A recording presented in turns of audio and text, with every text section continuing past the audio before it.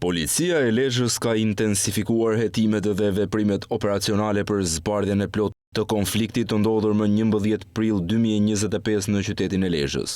Si rezultat i kontrolleve të shumta të zhvilluara në terren dhe bazuar në të dhëna të siguruara nga inteligjenca policore, janë kapur dhe arrestuar 2 shtetas që ishin shpallur në kërkim ditën e ngjarjes. Bëhet fjalë për Redon Margjonajn 20 vjeç, si dhe një të mitur 15 vjeçar të dy me banim në Lezhë. Të arrestuarit dyshohen për kryerjen e veprave penale plagosje rënd me dashje, e kryer në bashkëpunim si dhe prishje e qetësisë publike. Gjithashtu, si pjesë e hetimeve, policia ka sekuestruar automjetin që dyshohet se është përdorur gjatë konfliktit, i cili tashmë do të shërbejë si provë materiale në vijim të procesit hetimor.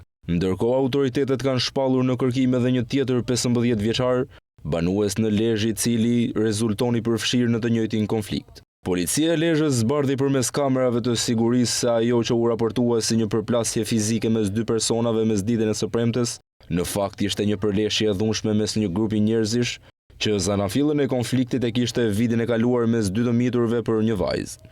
2 persona u arrestuan, Fation Gjini 34 vjeç dhe Ervin Nika 37 vjeç, e ky i fundit i arrestuar më parë për armë pa leje. Për përleshjen e dhunshme 4 të tjerë u shpallën në kërkim: Redon Margjonaj, Kevin Doka, 20 vjeç dhe 2 të mitur. Gjini e Nika goditën me sende të forta Redian Margjonajn, i cili bashkë me 3 të tjerë të shpallur në kërkime goditën me automjet Fation Gjinin dhe më pas e dhunuan fizikisht me mjete të forta.